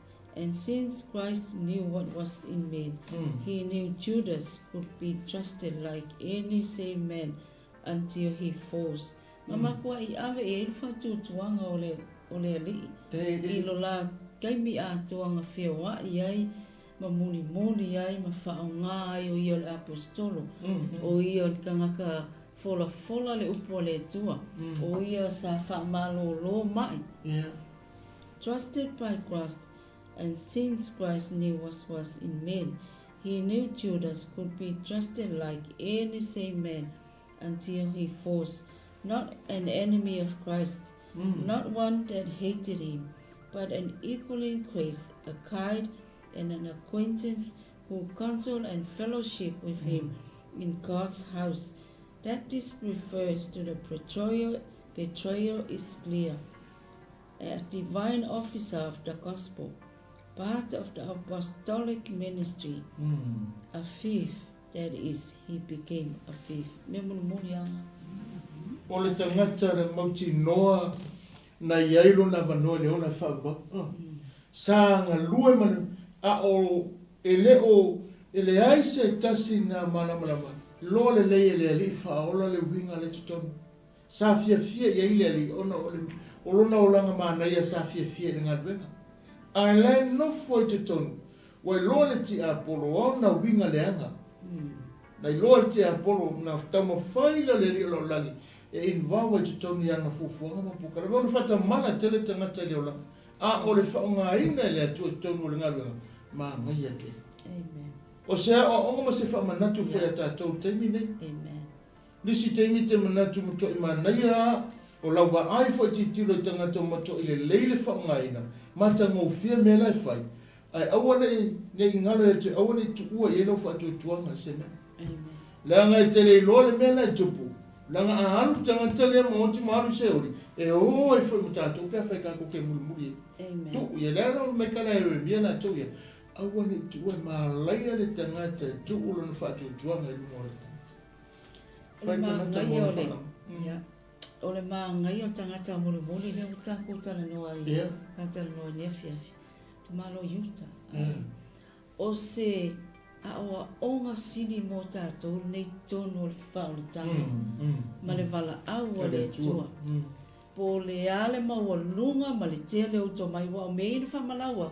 O anga waa ma to mai o ka malo yuta sa whao ngā ai le ministry al whao mai o le ka he was familiar with Christ and he o ia wants a favor o le favor o le lisa i lungo le tamalo sa ame i le wha trust o le kewiso i le tamalo yuta not knowing le mea lai le loko tamalo wai paulala le mea le loe lesi nga o le atua nga ke sila pia. Ai whaai o le mesi pula walu. Ka mai loi ngā le vai inga o yuta sa iei le ngā i o iana. Whano matu. O le ngā oi, he was a thief. Ono winga. O mea nei kako ki tala noa ai, e whai malu i tau. E le ngata mo o e le whalongolongo. Ai moa au fwoi le tau talatu. Ina ia wha manatu pea yuta. E whai ma whaataita inga o tātou wola au nei le atua. Po le a, ne o ngaonga ma le masau i whio le launga ma le wha. Ai ola le mene. Ai e sene mea lai aunga i ele loto. E makua ke le le whai. Si o le wha tenu mai. E le whai unga le mea le whiwhi. Ringa oi. Ai tala no mai. Ai whametala tu se ane nan tō i le sisi me sa ki apole sa i whasi ngoi whamutia. Amen. O lea whai, lea nga ola. Lea nga soifuma ola i le tangata. Ma longa la mona sa ia mare fia e vai e pena e tau mau mai le lisi na ngala tu o le lisi o tangata matua mata ngo fie na fa nga le tu ai o ele te mumuri tala no mai o le tu e fa e lo mai le memoni o le tangata moni le la sa o le fui fa tasi fa matale Yesu sa sili pena e fana Wonga atu le me o e. Leo te whaalongo mai le pōle nei. O ana ngā waa sai le ngā ruenga. Tātou o i le langona o le tātou wali. Teimina la ma futai. Salamu lima. Salamu lima. O le whaipula sulua sufa. O salamu ngā lima. A o lon whai upu e se fururua. Se fulu ia fulu se fa ngata la fa po suma fa o lo o tau fa matala mai ai le la ngona le ri la maftanga le wa fa longo ma ile pokalame sa iai anga va ma le taua ma le ngaluenga sa iai le nei tangata i tutonu mai mau le tau ti ngai aso te le mali ungo me a sawe fano le olanga e i ule manu pe me alfe pe me le vaanga ngai na le tus pipalangi o lo fa matalai ono le fa ipunga sumalua se vai tau fe sumalua o sufa a waile o se fai ia o mamona fili pulanga ina ia ana se ita mai po o ono ai ele ole ita mai ia tea una fa sau sili mai ia tea ana se ita mai po o lafi ia te ia a o oe lava o le tangata te ati tutusa o la uo lava o le o ta masani sa fifa malia i lava ta tautalanga sa ta o ngatasi ma le vao tangata i le fale o le atua o le lotonga o le li langa wo o le whamatalanga po le tau au mai o la ngona o le whaola se i tau whamatala le wingo le tangata le le manga ia whamatangata tau they were friends of masters. Both betrayed and reapproached their former friends. Both were lovers of their masters. Relationship Both magnified themselves against their best friends. Both were untrue to trust. Both were equals in trust. Both were guides or counselors. Both were acquaintances known by their masters. Both had sweet fellowship with their masters. Both were fellow worshippers with their masters. O awa unga le alofa. E tau whamatala ai o langa wo. O le pumanga, e se le teimi no su e manofo le nei mata o ka se la ngona. Amen. Ama fofau e le telo teimi isi kaimi e whata alofa ka kele loa ma kua ma mua le stangata. Ma nua le se kele lopo e ka ikea po e fia fia. O leka ke whakalofa kua ka kele lofa e mailanta o la uo le. Ma te masani e tutusa matala. O matala noanga fo e se le manea. Sa masa bat fatasi mai i le fale o le atua. Ai le mena na tupu le nei maftanga. Amen. Ai le me manea na o tutunu le maftanga nei. Sa matua manea se fewa inga i la ua le ua whamatala mai e tusa tala motavita le manea le relationship le. Amen. Sa whangata ai. Na i loa le le tangata i tangata. O le manea. O le upule sa mai i le whalauteringa tusbalang. Makua I trust le whaola le. Kamalo yuta. Wai lia I le upule salamo a. Mai. Wa a o oila matanga tati tutusama o la uo lava. O le o ta masani. Fa mai lo fai po sufa. Sa fifa malia I lava ta tautala. Sa ta o ngatasi male vau tangata. It talks about a close relationship. Male atua, male whaola I le teimi le tino. Sa whio wa, longo winga, ngā makua I pipi I mau loto ia. Ngā makua I trust te le whaola ni te malo I uta. Not knowing. Le mea lai ka akia le loto te malo. Ia, o le tala leo te whitala no fo ni whaso nefia.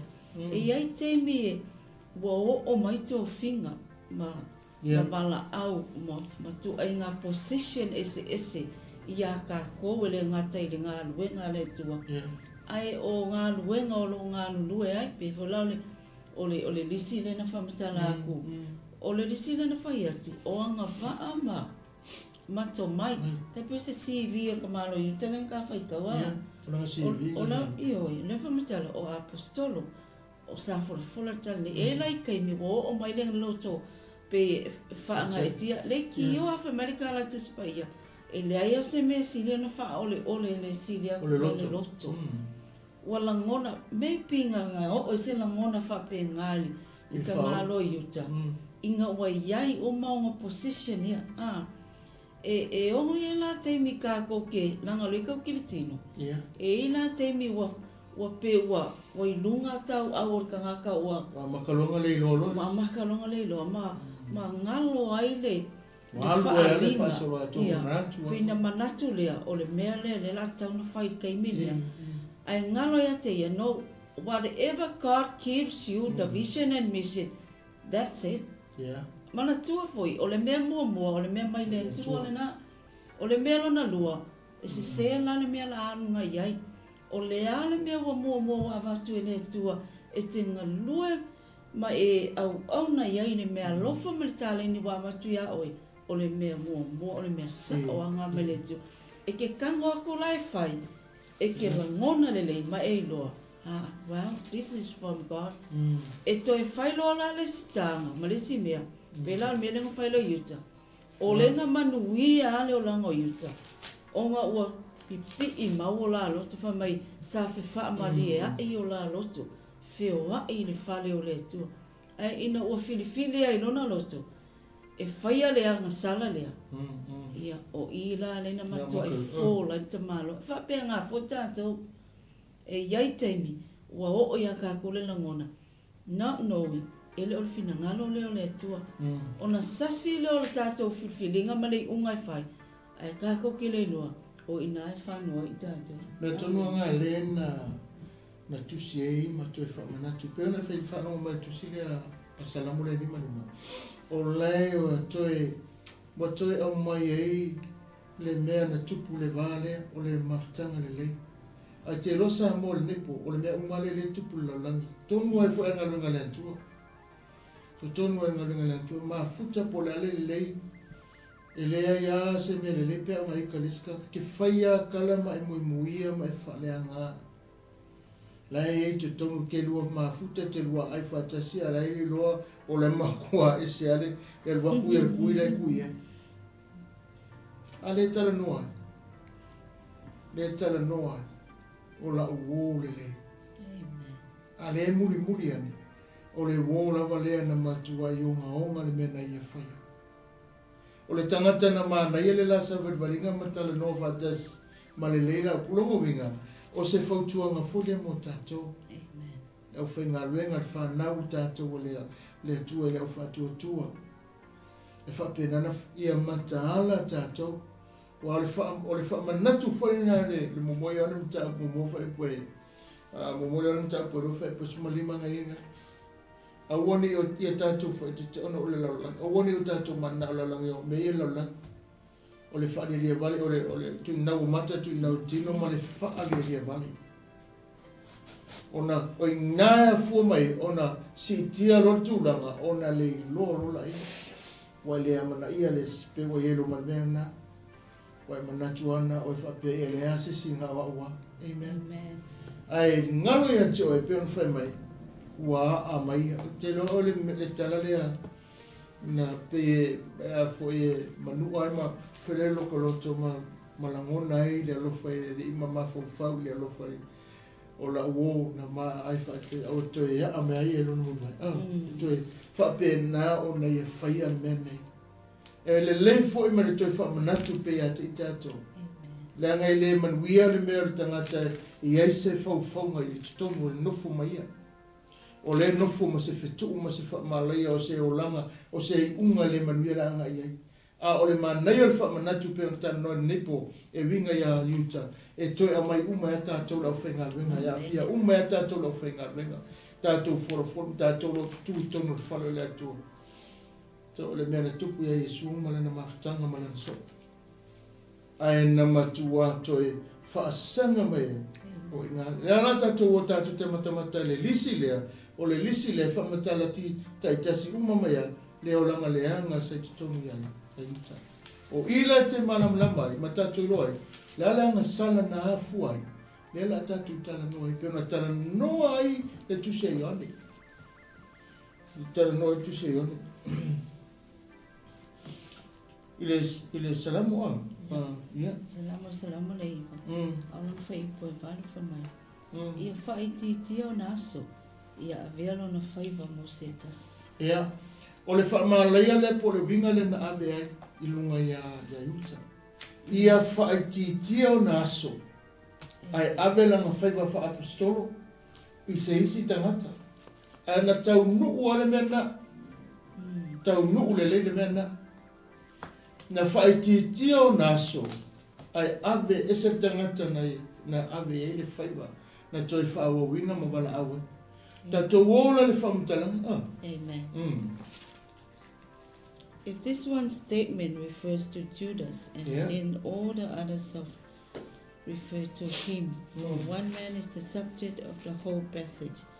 This is clear from the singular personal pronouns him, his, and he, used 25 times in this passage of the same man. Number 1, a wicked man. The high priest influenced him. Verse 6. Ia e tau fia se wa mi o le angai pule ia te ia. Ma se wa whai o ia mawhiri e tō ilo nei tō tau matanga. Tātou tiro ia i le mele, me mo mua while. A wicked man. A wicked man. Tū ia te ia. Whapena o na whae loa mai ia te ia. Mea olo o tū lai mai. Number 2, Satan was his right hand helper. Wa e le tangata le tū mai. Wa e tangata le tū mai tū anga sosoani ai. O ai. Sākangi le whepuri o natu si.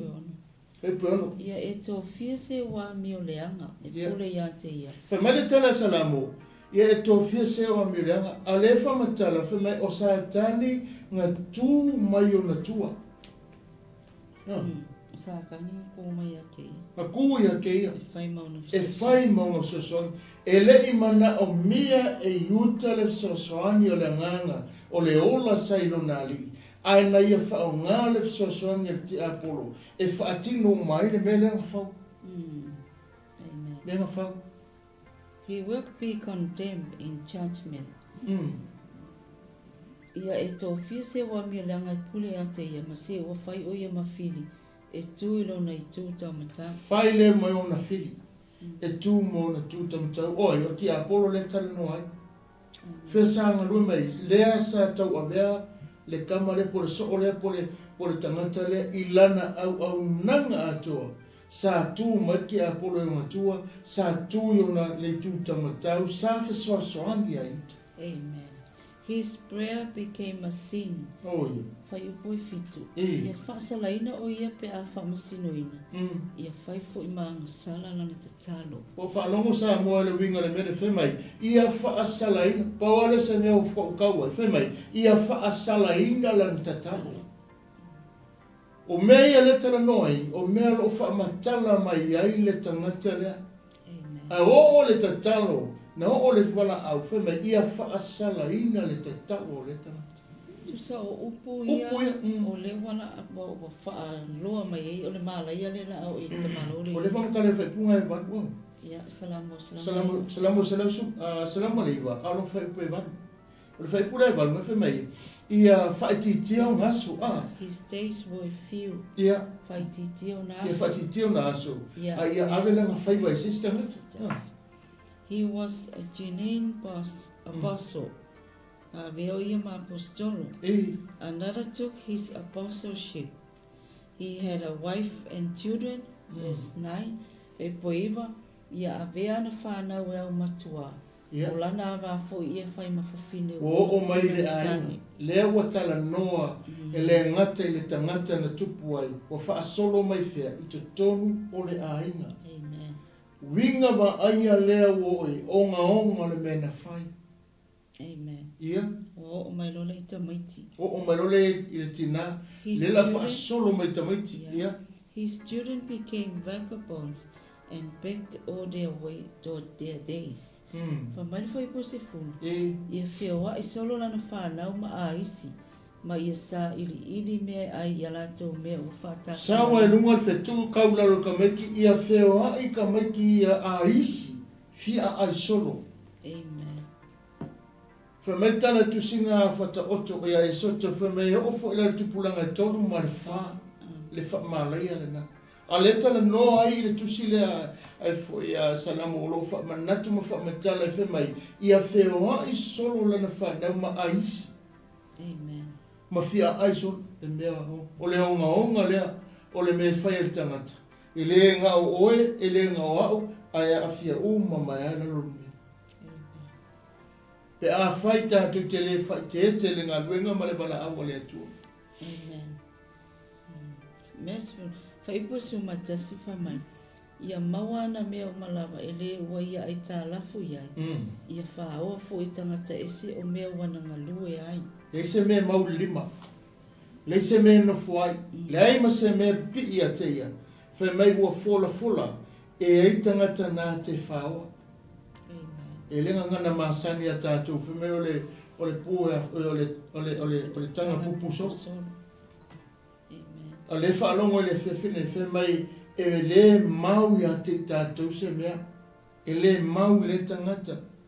Whesa wai, sau mai lalo le whetu lea. E le a whainga tele le mea lao ia. No mercy was shown him. Oh, sorry. No mercy was shown his fatherless children. Whai upus fulmanua. Awana i whaau atu e se tasi le alofa ia te ia. Au foine ianga le ia se tasi ilana whanau. Wow, no mercy. Le aia se mea tau se alofa. E le mawhai o nao o iai te tonu i. E o le foi le whanau le ke aporo mana tau mea umana whai le se mea o ia. E le ai se mea tasi e pipi i mai e se whaamabianga i ua fola e le atua. Le i unga man mea o ia. Amen. Ia le aulo na ngafa. E soloi e seo lato wingoa i le tupulanga amuli. Whai mai e le au na ngafa. Ia soloi e sea le na ngafa. E le au fo i le tupulanga amuli. Longo winga. E le mawhainga o. E tau te le o le mutaanga o manuea o le whaamamianga le atua le soifuanga o tangata tauma iai. E le si ngase sa wha penana ngaluenga iai. O le tausanga le toru iwa tausanga tangata oti. I le maasina ma le aso le whapena o nao o iere mena. A o le mana alofa le atua sa sosoani pe ona tala noa le kalatia. Sa o ai. O le tangata na whaia ua maliu. Wha solo mai lava la i se o mai ina ua mani liela tau roso e funga tutoe. Se i whaia le ngaro se i au ngani atu i le atu matangi atu. Ua na uia e mawhaina poloka ina ne. Amen. A leo te whaalongo le pole ne. So loia sea mai le tupulanga mui. Ele o le ngā ngafa. The iniquity of his father's ancestors was remembered by the Lord. Ia manatua le ami o le anga o na tamai lumo Iova. Awana i solo ia le anga sala alontina. Ia manatua le ami o le anga. Awana i solo ia awana i whangaloa. Le tau maua mai ma tau turi mai pēr le neia whiawhi. Le winga o le tau whaa. Malamala maina, tūlanga me nao o iai. Ma le onga o le whetu e le atua mo le tangata. E maise o le olanga wha ole, ma mea uma o wha penana whae tangata. Ma le wha ti ngā wa le wha ti ngā le nao i. Amen. The sins of his parents were before God, continually until their memory was cut off from the earth. So malifai pusulima. Ia iai pe alava i lomo Iova. Ina ia leti neia e ia o lātou whaamanatunga. Ai le lalolangi. A waele i manatu ia e whai mea alofa. A ua whasau waele tangata ua pōpua ngātia. Ma le mativa. Ina ia whasiotia ia le ua loto momomo. Le tūlanga o le ngai oinga. Ma le o langa sa whai. Ma le lea io se popolenga ma se alofa i tutonu le mea lae ua iele si o le mana alofa le atua lo tau fa penana fa tau ai na solo musa fena sawa sau mai tonu. Amen. He was the cause of the slaying of the broken in heart. Yeah. Na loto ia le fetu ia o fo ia te ia. Na le fia fo ia le whaamanuia. O lea ia va mama o i mai. Toi whetau tasi mai a? Na loto ia le fetu ia o fo ia te ia. Na le fia fo ia le whaamanuia. Loto le fetu. Tilo ia i le mea na whai. Na iai te tonu le mea manuia ai. Sa nofo te tonu le me sa o loto ai, sa soifua maola ai fosisi o manga e, sa unga le mū lona sa balinga ma le unga, ale mena iei, whalongo le upu le ufa manatu le pone, sa loto lava ia ile fetu, lua, sa le mana o mia e ia le whaamanuianga le, alona atua ile la mafutanga le. Amen. Praise the Lord. He clothed himself with cursing like a garment. Yeah. Na ofuai lona ile fetu na polo o ia le fetu e pe o se e polo ia o fo ile e pe o le vai te tonu ia te ia pe o swa o fo i ona ivi le ta fenga nga le ona ma le onga o le to sa na tupu tonu tangata ile le ai o se fa longo ma se alofa ile atua ma lona fina ngalo le fa tau winga le pokalame Leana whaatau nua le tamale. Male la mafutanga wa lata. Lea la whemai, e o iwi. E whesusolo i ailea, e sua o le ata le. O lo whapena whailo le avenga i tonu o le oti, male malea, male onga le whaasala. E le ia tali e le tosa. Ona o le mea na wha. Whamai le mai amone mole la whaitau atu. Yeah. The curse caused his bones to be broken in pieces, as if oil had melted them.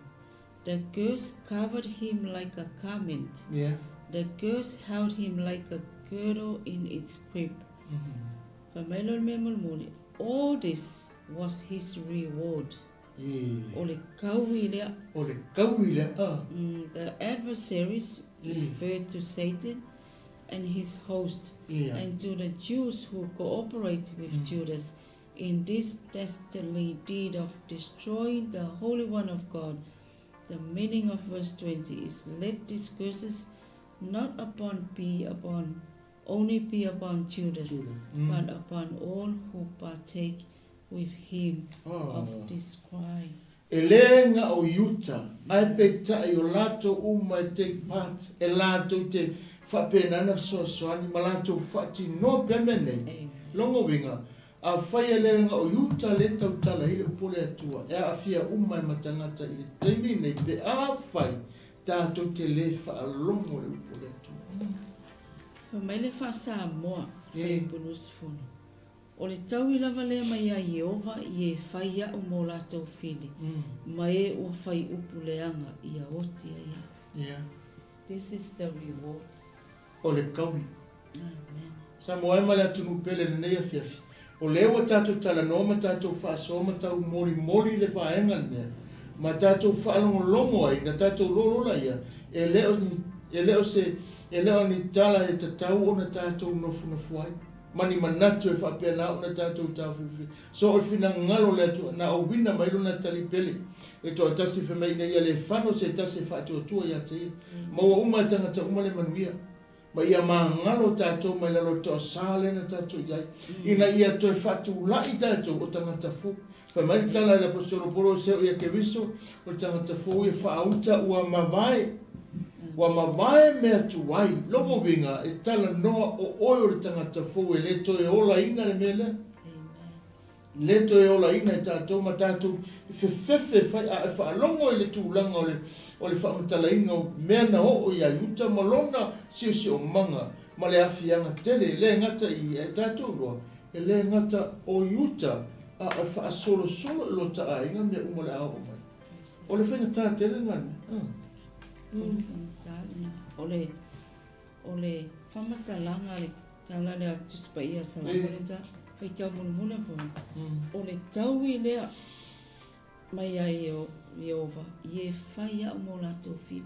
Simple as easy. Ole taui, this is the reward. Ole ka ngakai e atui. pe whai le atua mōna whini. Mai le au te lenga o le tō lau wina mai o mea o la atu tupu i ka malo iuta. Po o ina tō o lua o le whanau. Po o iei o na tua a wa mawai. Mai le onga o le whamala ina o iei. Ai wha mai le whaipolo se fulu o le taumi. No winga. O se ata manino ma se wha manatu siri foi. Mo ka kou le soifua maola. Ma tātou foi le ngā lulue. Ma waito tonu o le a inga o le tua. Ma i se upu whawhai ngofie. O wa o yuta le iei. He was a saved person. He was saved. Sa whaola ina matalia. Le whaola tanga le tua. Se upu rata mai. Na vea ma apostolo, na vea ma tangata fola le tala lei. Na whea i ma le whaola. Sa pipi i mau o la loto. Sa ave i le whatuatuanga. O le wheiva o le tua sa i lungo ta maloa. Peitai, e se almea le te ati e tua. O le mea lea, o se matua i awa onga le lei. Mo oe, mo wa o fo i le tautala atu. Amen. Inga i a vea iuta. Maata manino o le onga o le whatua ma le whamale ai mai sea le waika ko tonu o le si o manga lea o le papui pui lea o le grace le lofa tu no le ali. Amen. O le tau foi lea leina lui lava le fionga le atu i o tātou loto ma lula na upu i o tātou tangata. Ina ia tātou lo. Wefu mai tala tu sea tu se ngai pe rumu ta pe noa fe mai ole ele e fa pena na pa uso ya ile wa fe me tupu e lunga la au le ole loto tanga te fa pena na fa long so le upo le tu e fa pena na manuia lo na ma ona le ma mo ile loto le ma mo ile loto ma ola e ile lofo le tu. Nala foi nga leina fa na we fa manatu pe le fe au le nei ma fa pe na longo pe lo tatu wa inga tusa ma le bala au le atua. Nanga me ya le su putemine e tala no ya uta lo fa matala ino tatu au nanga tatu wa. Amen. Ai mo ya o putu sa ma o pua ia le fionga le atua lo tatu fa so fa ina e tala no mai. Ale tele o fia ya ta. E ma fa ina e tala no mai. E ma mau e sa lo loto. E se o tala foi fai, o se o tala fai, ya tala no foi e manei a se foi le tala pena. O le tala no ai, o winga ba ai ia sa ba ai i le tangata malo naula, a faina le fa sauina kias, a faina o i le finale, le foi na tau i ia yuta, o se ata manino e fa manatu le kevisiano le pone. Amen. Fa manatu le kevisiano le pone, i longo winga, e te tau lava, e le te tau se kevisiano o na ia.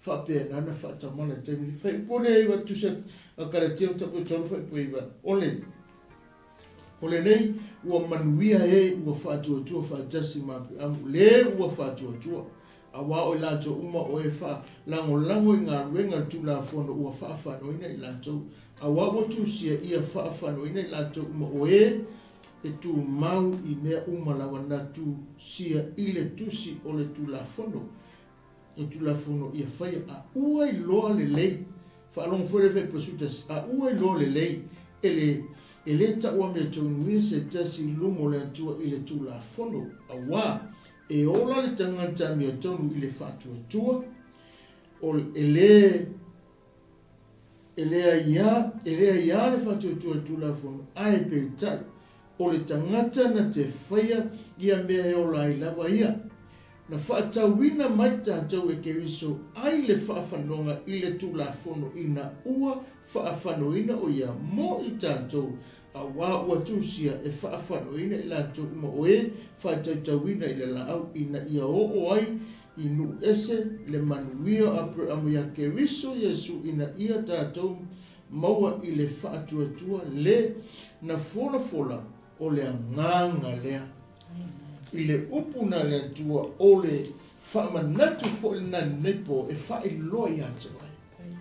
E le ine o matou mai e longo antu o le tulafono e whapea. E le ta ua mi tunu ina o se tulafono. A o le lofa tu no o le atua le ua tātou sau whai e nei ma tātou ngā rue e o lo whana nau i eino na whina ngalo. Ina ia whaatu mawina tonu e tātou langa o le mea ua uma na whaatau. male whanua ua whaamanuia iai. Ua umana whaamamaina i le toto lea. Le tala noa tu se whimai. Ua whaawhanoina le tangata lea. Ina ia manuia i tātou. Ina ia maua i tātou le mena folofolo nei ama ia ke wiso Yesu. O le anganga. Le o tātou iai. E tusa mana nā whionga ina ia whaamausalia tili tātou lana wala au. Pe ona tala noa le apostolo. E le mawhai e se tasi o le ia. Tāwa vai e se mai tātou mai i le wala au ma le whaamanianga le atu. Sei wanga o le tangata o le malai pe ona tala notus. I le nei a whiawhi ma le tātou mawtanga pe ona tau moli atu. Ua umana whaatau e se ina oi. O o tupu langa whiwhilia le atua, tupu mostau langa wa umana whaatau ina o le whanua, o le ele ma le whanua wa umana whaatau. Whaamamaina, mō le tua mo le whina. Amen. Mari tala tuspa ia le ai se tasi e sao atu na o ia. Whai o ia le arau pumoni ma le ola le sao atu se si tama. Pe ale ui atu ia tea. O ui atu lana ina wa umana e loa. Ua whaatau ese o e sai le whaafanonga sa le mawhai sa le o. A ua mawhai ona o ke misolo tātou ai. Ia whaamari mai le atua le nei pō. Tala ai ma whaalau tele le atua tātou. Mata ukuma tātou mawtanga ia anga le lei atu le atua. Tusa mo le tātou mawtanga ia lofa ngielelei. Ia mo mole atu se tāua malana whina ngalo tāua. Pe ona tātou whaasoa ma tātou tuwha ai. Ia angalele atu le atua mea fiafi ono Yesu. Mene? Ia o le whaapoponga na o tātou polkalame. Numera 24 le mana o le atua. Pe ona iai ma ia samafua wa ia so taitasi. E le tele tonunga ia sa psiosoani atu ia nganga o le atua. E whaamana malama no na whina ngalo. E le ngata mo o tō walo mai mo mai. Ia mamafuta foi. I le nei vaenga le whiawhi, ia ai mo i mātou fōi, o e oro folofolaina, ma whaasoina le upo le tua.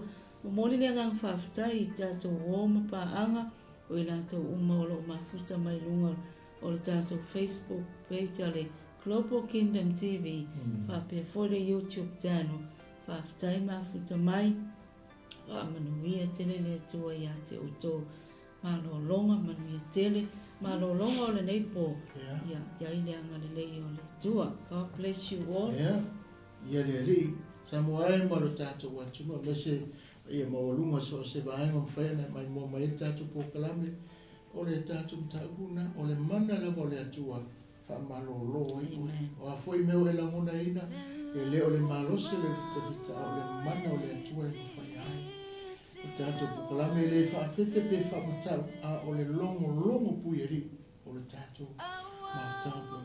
Ele ia família atu le atua le po família foi le sunga fa tonu tanto po kalame sunga viviao Mike Greta se foi fa tu tapo mai mano foi alo taro foi va pena foi una mole atu le fa tai o no le atu lo tata poi ma la atu taro mai le atu le atua le po ia fa so foi ia ia tato fa se taro no ma tu tamai ia fa foi la vale vi na o fio o e lava lo mato wali whaafitai mo le nei a fiafi mato momoli le viinga mato momoli le loto whaafitai lo mato tamai lewa e whai loa ma whamanatu tō foi le pule le nei a fiafi ma e se saa lava lo walofa e whai loa lava ko le ase me tasi na ina i loa whamanatu leo lau fio e loa e tangata whaapena e te alofa e le mamae e longo lava ma whamanatu lava ya macho le po fo ya le vinga fa mo yer fa no longo sa mo